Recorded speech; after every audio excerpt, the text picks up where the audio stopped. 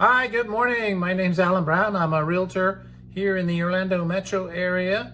And today I would like to talk to you on this video about solar energy, solar panels on your house. And from two different angles.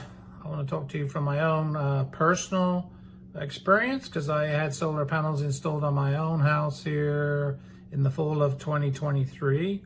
And then also want to talk to you in regards to, me being the realtor and you are the buyer or the seller of a house that has existing solar panels on the roof, and how we go about transferring that, as part of the real estate transaction. So first off, hey, if you're a returning subscriber to my channel, that's great. I really appreciate it. And then if you haven't subscribed yet, you may want to consider doing so at some point during this video or at the end. I have a lot of videos on this channel about real estate, so check out some of my other videos. I post new videos every week. I try to be informative about all things real estate and things around Orlando. So yeah, check it out. So let's talk about my own personal experience. Well, first off, why did I decide in 2023, the summer of 2023, to look into installing solar panels on my own house? Well, here's the reason. I have a swimming pool in my backyard here, which during the winter time, we were trying to heat it, not all the time, not constantly, but when our family, my daughters and our grandkids would come and visit us for a week, 10 days during the November, December, January, that time of the year, trying to heat the pool up to 85, 86 degrees, it was taking a lot of power, a lot of energy to get that pool constantly at 85, 86 degrees so that they could use it during the winter time. And my power bills, when I was doing that, were going up to like $400 and $500 a month at that time. And like I said, we were only heating that pool maybe for 1 week, 10 days. We weren't heating it all the time or the whole month. So that seemed like a lot of money just to heat the pool for 10 days. So my wife and I decided that we should look into getting solar panels, which we did. We actually called around a little bit and got some recommendations from other people that we know about who maybe we should call. So we called one of the people that we had recommended, and they came over to the house, and they wanted to see our last 2 months electric bills, power bills. And so, during the course of the conversation, they kind of work out, in order to get 100% coverage for your power on your house, how many solar panels you're going to need. They also, or, based on, which way your roof, is positioned, as far as, does it face west, south? Is it going to be shaded by trees, not trees? And so we went through that whole process. It turned out I have a 3,100 square foot 2-story house, and it was determined that I would need about 36 solar panels on my roof in order to cover the power that we were using at that time. So we went ahead and kind of worked it out with them. At first we decided that we were going to maybe buy the system, but outright. But that number was like $41,000 to buy the system outright. So we decided that we didn't want to do that. And then the other two alternatives were we could finance it with a loan, and then thirdly, we could lease it. So ultimately, we ended up choosing to lease the solar panels. And what's the difference between buying them on a loan or leasing it? Well, the difference mainly is if you buy it on a loan, you own the panels in the system. And if something goes wrong with the system while you own it, then you are going to have to pay to have somebody come and fix whatever the problem is, right? Now, if you lease it, then they own the equipment, the company that is, and you would call them and they would come out and fix it and repair it, because they still own the equipment and it's their lease, so I wouldn't be out of pocket. So we chose the lease route. Now, when you're in discussions with these people, I mean, they're trying to make a living and they're salespeople. And at first, they quoted us a number to lease those panels on a monthly basis, which was actually I believe it was like $320 a month.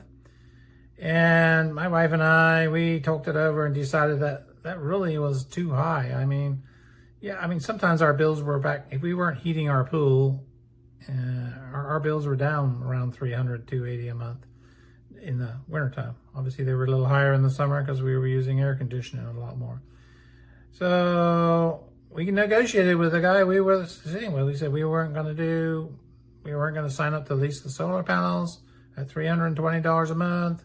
He got on the phone with whoever, his boss, his manager, somebody, and we negotiated a deal where we ended up leasing those panels for the first year anyway for $235 a month, which was reasonable, I feel. And so every year now, it goes up 2.9%, your payment, that is. So the first year we had it, it was $235 a month. Now we're into our second year, we're actually paying $243 a month. Next year, it'll go up another 2.9%. So it'll be like in the 250s somewhere.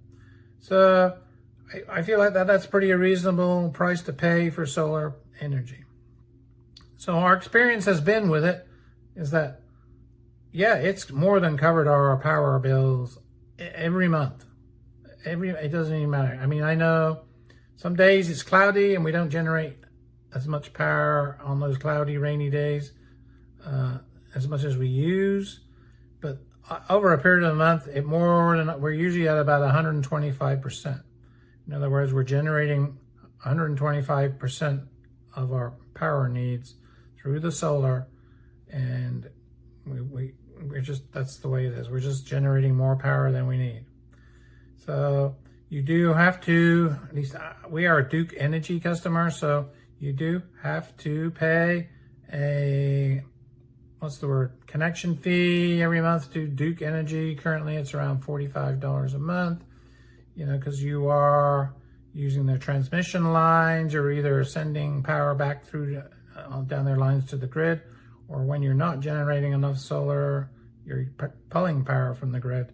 And so you're basically, paying that $45 a month for their maintenance of their transmission lines and so on and so forth. So you're not going to really get out of that $45 a month. But that's what it's been ever since we started with solar.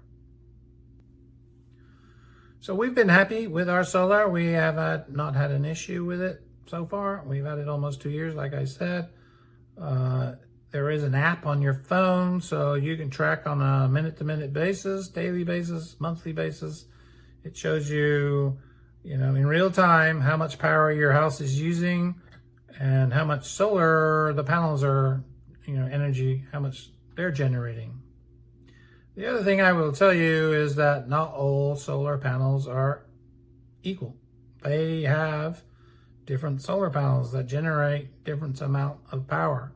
So, if you're going to be meeting with somebody, ask them about the different types of solar panels, because not all solar panels generate the same amount of power. We went with the upgraded panels that generate more wattage than lesser panels. Yes, that would also affect maybe your payments and stuff, but you have to figure out and do the math and see what works best for you. But, the ultimate goal is to try and get to generate as much power from the solar or more than you're using, which we're doing. And then the whole process, from the time we sat down with a person at our house to signing up to get solar power, I would say it was about 6 weeks before they showed up and actually installed all the panels on my roof and did all the electrical and stuff. And they were here all day one day. They got here at like 8 in the morning and they left at like 6:30 at night, and they did the whole thing. They installed 36 solar panels. They did all the electrical to change it for solar power. And so it was a one-day thing to have it installed. And then we had to wait to get it signed off on with the permits, and Duke had to sign off, Duke Energy that is, had to sign off on it before we could actually start using it. And that was about another 3 weeks, 30 days maybe. So it's not an instant thing, but it's fairly quick. And like I said, we're happy with it. Everything's been working great. And that's my own personal experience. So if you have any questions, you can put the questions in the comments below if you wish. You can text me, call me, or you can email me with questions. My contact information will be in the description below, but it'll come up on the screen. So my name is Alan Brown. My cell phone number is 970-209-8436. My email address is AlanBrownRealtor@gmail.com. So yeah, feel free to reach out with any questions that you have. I'll be more than happy to answer them for you. So let's go into what happens when, as me as a realtor and you as the buyer or seller, and you're buying or selling a house that has solar panels. So yeah, I've been involved in quite a few transactions now that the houses have solar, existing solar on them. Sometimes the solar's already paid off. The sellers have paid it off and they don't owe any money, and that's just a real simple transaction. There's really nothing that you need to do. And then you have those there where the people are either financing it, the people that are selling, that is, they're financing the solar panels that are on their house, or they're leasing the solar panels that are on their house. So either way, you as a real estate buyer are going to have to, if you want the solar panels, that is, which I'm sure you do if they're already there. I don't think you'd want to take them off, but you're going to have to assume the lease, or you're going to have to assume the loan that the people have, so that you can take over the payments, or you can take over the lease when you own the house. So I just want to let you know that not all solar companies are created equal. Some solar companies make it easy for you to transfer the solar panels from seller to buyer, and some do not.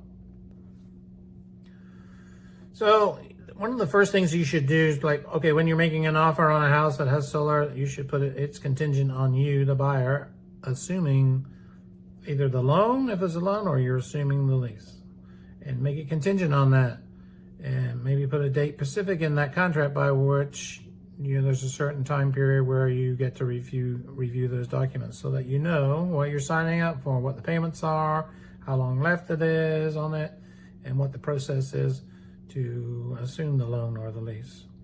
I can tell you there's usually a transfer fee, and a lot of the times the title company is going to handle this at the closing as far as the transfer fee, and they're going to deal directly with the solar company to transfer the loan or the lease into you, the buyer's name. And they're going to help partly with that. But you as the buyer are probably going to have to go on that solar company's website and apply to either assume the loan or the lease. And you're going to have to give them all your details. And usually they say you got to be credit approved. So now how does that work if you are also getting a loan, a mortgage to buy the actual house?